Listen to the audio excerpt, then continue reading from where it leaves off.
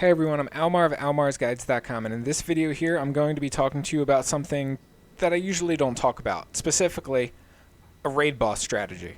So I've been doing Onyxia with a pug for the past few weeks, and I've learned quite a few things, well, and with a guild too, and I've learned quite a few things about how our threat mechanics work, as have other people. In this video I'm going to give you a rundown of the two best strategies you can use for Onyxia to make the fight significantly easier, since a lot of people don't really know how our threat works, and I'm going to show you where I got these ideas from and things of that nature. So let me first get started with I'm going to show you two Onyxia attempts from guilds that I raid with on Ayatesh, the server. So as you can see right here, Phase 1 Onyxia, we have one tank named Conkt. He tanks it through all of Phase 1, then once Phase 3 hits, we have another tank pick it up. And it's going to be this universally for Onyxia, for the majority of guilds and pugs that run it.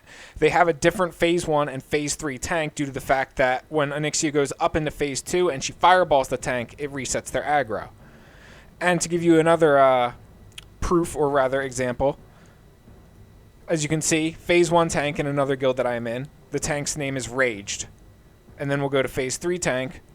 As you can see, another different tank, Deadbird. So that's two guilds that both use both use the same strategy of one tank during Phase 1 and another tank during Phase 3. The reason for this, like I said earlier, is due to the fireball. Now, if you don't use the strategy that I'm going to talk about that these two videos use, then the best strategy you can use, and this one is a lot more basic and it'll probably serve your purposes for the most part, is during Phase 1, you want to have the off tank, the person who is expected to pick it up during Phase 3, keep somewhere between like 8th and 13th on the threat meter. The reason for that is because once Onyxia goes up into the sky, she's going to start fireballing people that are at the top of her threat meter and working her way down. So you want the tank to have higher threat than the majority of the raid, but lower threat than pretty much your top DPSers that are going to get fireballed before him. That way, there's very, very few people in Phase 3 that will be ahead of that tank, which means he can pick Onyxia up easier, position her easier, and the raid will be a piece of cake. Now, people have finally figured out how the fireballs work during Phase 2, and that's what I'm going to explain here in depth. So basically, this one video, which is titled Classic WoW Never Lose Threat on Onyxia Ever Again, I'll put a link to this video in the description of this video.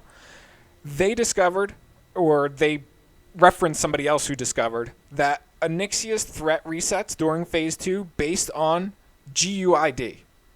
So every single player, when they are created, is created with a set GUID number. And it doesn't change, and basically that's how it works. It's very, very strange. Would never have thought of it. And what you have to do, I'll explain the strategy more in depth. As you can see, you can pause it and read what a GUID is on the screen. He also goes into a method to check your GUID, which is /dump unit GUID player, as you can see in the text window right there. But that is a more complicated way to do it.